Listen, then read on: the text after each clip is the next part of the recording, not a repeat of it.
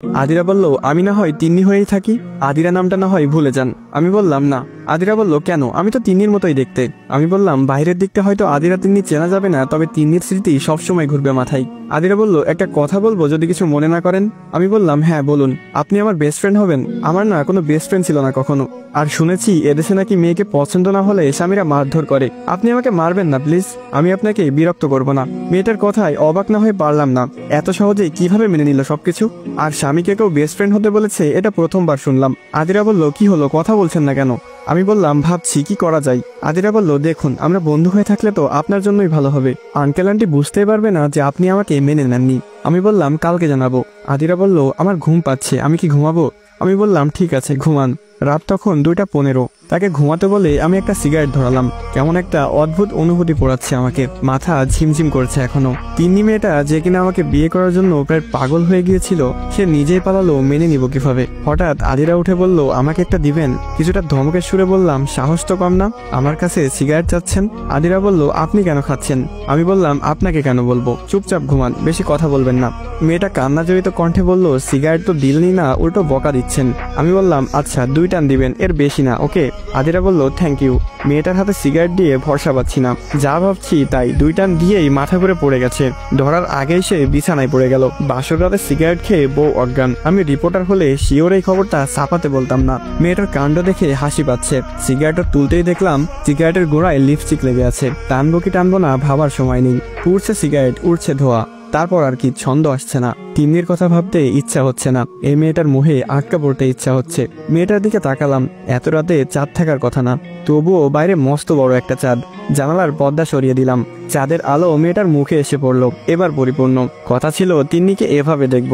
তিন্নিকেই দেখছি, তবে নাম তিন্নি না, এর নাম আদিরা। শীতকাল, ঠান্ডায় মেয়েটা নিজেকে গুটিয়ে নিয়েছে। আমি গিয়ে শুয়ে পড়লাম মেয়েটির পাশে। কিছুক্ষণ যেতেই মেয়েটা আমাকে জড়িয়ে ধরলো। তার শরীরের উষ্ণতা আমাকে কিছুটা কামুকি করে তুললেও সেটাকে মাথা থেকে নামিয়ে নিলাম। পরদিন সকালে মেয়েটাকে কোথাও দেখতে পাচ্ছি না। হাত মুখ ধুয়ে এসে দেখলাম আদিরা আমার সাথে রান্নাঘরে চা বানাচ্ছে। আমি বললাম, আমাকে চিনি বেশি দিয়ে 1 কাপ চা দিয়েন। চায়ের অর্ডার করে বাইরের দিকে তাকালাম। ভাবখানা এমন যে একটা কফি শপে বসে অর্ডার করছি আর বাইরের প্রকৃতি দেখছি। মেয়েটা চা আনলো। না, চা বেশ ভালোই বানায় মেয়েটা। ভেবেছিলাম হয়তো খাওয়া যাবে না, এখন দেখি রোজ খেতে হবে। আম্মুর সামনেই বললাম, প্রতিদিন সকালে চা নিয়ে আমার ঘুম ভাঙাবেন। কাপ পিরিচের টুংটাং শব্দে ঘুম ভাঙা সকাল কখনো খারাপ হবে না মনে হয়। মেয়েটা লজ্জা পেল কিনা জানি না, তবে আম্মুকে ভালোভাবে খেয়াল করতেই উঠে চলে গেলাম। বিয়ের ব্যস্ততা কাটতে কাটতে আরো 15 দিন। এর বাড়ি যেতে হয়, ওর বাড়ি যেতে হয়, এত ব্যস্ত কোনোদিন হয়নি। তবে একটা জিনিস হাজার ব্যস্ততায়ও ভুলতে পারিনি, তিন্নি। চোখের সামনে মেয়েটা হাসে, দৌড়ায়, কথা বলে। আমি ছুঁয়ে দেখতে পারি না, আমি ভালোবাসতে পারি না। মেয়েটার সাথে এমন খুলে কথাও বলতে পারি না। কেন পারি না? সেটাই তো, কেন পারি না ভাবাচ্ছে বিষয়টা প্রচুর। আমার কেন জানি বিশ্বাস হচ্ছে না এই মেয়েটা আদিরা। আমার মনে হচ্ছে এটাই তিন্নি। একটা মজার খেলা চলছে আমার সাথে।